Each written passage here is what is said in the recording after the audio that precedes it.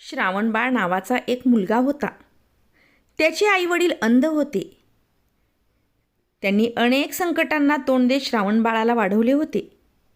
श्रावणबाळ लहानपणापासून आईवडिलांची खूप सेवा करायचा. श्रावणाच्या आईवडिलांनी एकदा त्याच्याजवळ काशी यात्रेला जायची इच्छा व्यक्त केली. श्रावणबाळाने आईवडिलांची इच्छा पूर्ण करण्यासाठी 2 मोठ्या टोपल्या आणल्या आणि त्यापासून कावड तयार केली.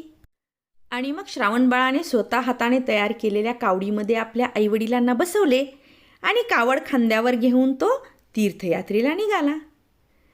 त्यांच्या प्रवासादरम्यान जे काही दिसेल त्याचे वर्णन तो आपल्या आईवडिलांना सांगत असे.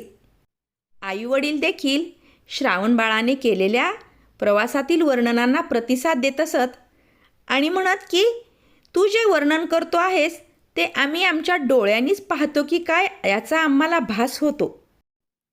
अशाच गप्पा गोष्टी करत श्रावणबाळ आपल्या आईवडिलांबरोबर प्रवास करत होता.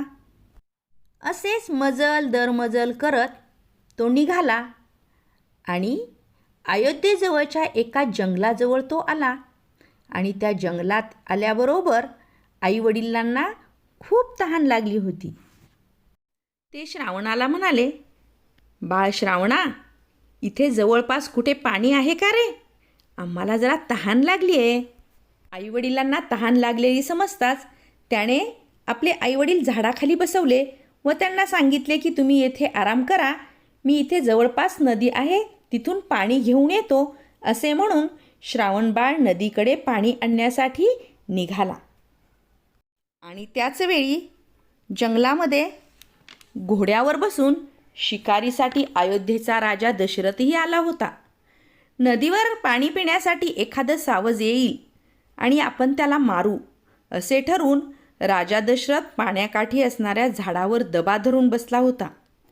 तितक्यात नदीच्या दिशेने बुडबुड असा आवाज आला. दशरथाला वाटले कुणीतरी जंगली प्राणी पाणी पिण्यासाठी आला असावा, म्हणून त्याने आवाजाच्या दिशेने बाण सोडला आणि मेलो मेलो असे शब्द दशरथाच्या कानावर पडले. त्याच क्षणी त्याच्या लक्षात आले की आपण मारलेला बाण एका माणसाला लागलेला आहे. लगेच तो आवाजाच्या दिशेने नदीकाठी आला आणि पाहतो तर काय, त्याच्या छातीत बाण घुसला होता. तो विव्हळत होता. त्याच क्षणी राजा दशरथाने त्याला सांगितले की मी अयोध्येचा राजा दशरथ आहे. मी शिकारीला आलो होतो, पण मला तुला मारायचे नव्हते. तेव्हा श्रावणाने दशरथ राजाला प्रणाम केला व म्हणाला, महाराज, मी श्रावण आहे. मी माझ्या अंध आईवडिलांना तीर्थयात्रेला घेऊन निघालो होतो. त्यांना तहान लागली होती म्हणून मी पाणी न्यायला आलो होतो. ते झाडाखाली बसले आहेत. कृपा करून त्यांना पाणी नेऊन द्या. राजा दशरथाला खूप वाईट वाटत होते. त्याने होकार दर्शवताच श्रावणाने प्राण सोडला. राजा दशरथ पाणी घेऊन आईवडिलांना देण्यासाठी आला. त्याच्या तोंडून एकही शब्द फुटेना. त्याचे बोलण्याचे धाडस होईना. आईवडील श्रावणबाळाला म्हणाले, श्रावणबाळा, तू बोलत का नाहीस? जोपर्यंत तू बोलणार नाहीस ना तोपर्यंत आम्ही पाण्याचा घोटही घेणार नाहीत. राजा दशरथाला आता बोलणे भाग पडले. तो म्हणाला, मी तुमचा श्रावण नाही. मी अयोध्येचा राजा दशरथ आहे. तुमचा श्रावण माझ्या हातून मारला गेला.